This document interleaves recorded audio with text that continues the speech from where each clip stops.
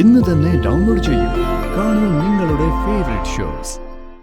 പെട്ടെന്ന് തങ്കം ബോധം കെട്ട് വീണപ്പോ ഞാനങ്ങ് പേടിച്ചുപോയി. പിന്നെ കൃഷ്ണ വന്നപ്പോഴാ സമാധാനമായ.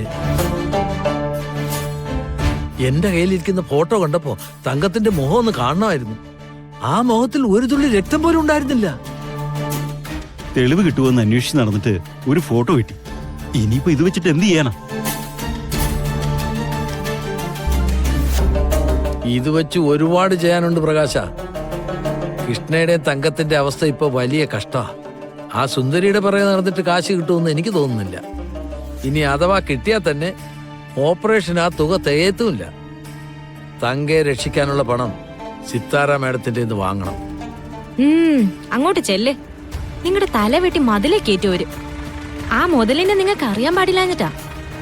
ഇടി, നമ്മളൊരു നല്ല കാര്യത്തിന് വേണ്ടിയല്ലേ ചെയ്യുന്നത്. എന്താ ചെയ്യേണ്ടെന്നറിയോ?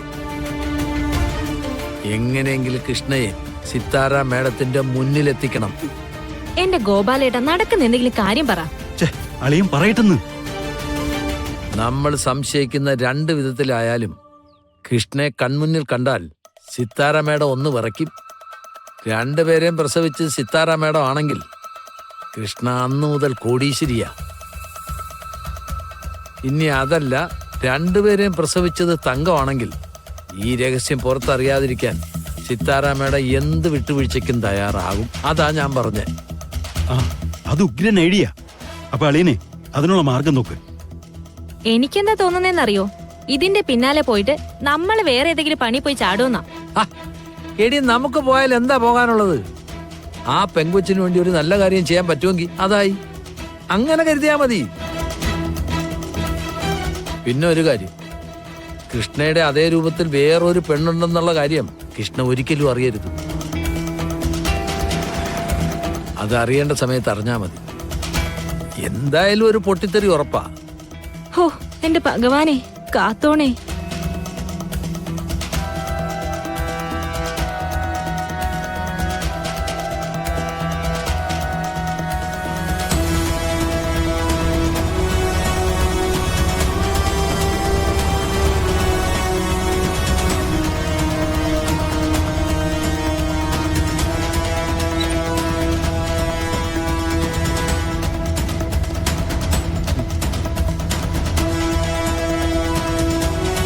എന്താ മാഡം, എന്താ കാണണമെന്ന് പറഞ്ഞു?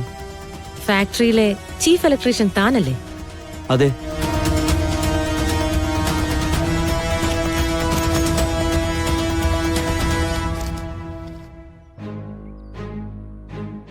ഈ പണം തനിക്കുള്ളതാ.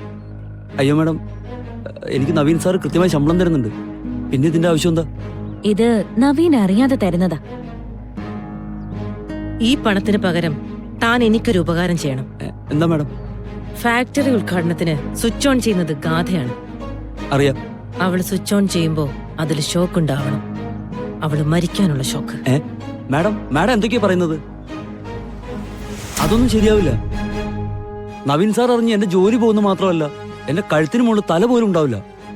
ഞാൻ പറഞ്ഞതുപോലെ ഗാഥാ ശ്രീനിവാസൻ എന്തെങ്കിലും സംഭവിച്ച ഇപ്പൊ എന്റെ കയ്യിലിരിക്കുന്ന ഈ പണത്തിന്റെ 10 ഇരട്ടി ഞാൻ തരും. ആരും അറിയാതെ, ആർക്കും ഒരു സംശയം തോന്നാതെ അത് ചെയ്യാൻ തനിക്ക് പറ്റും.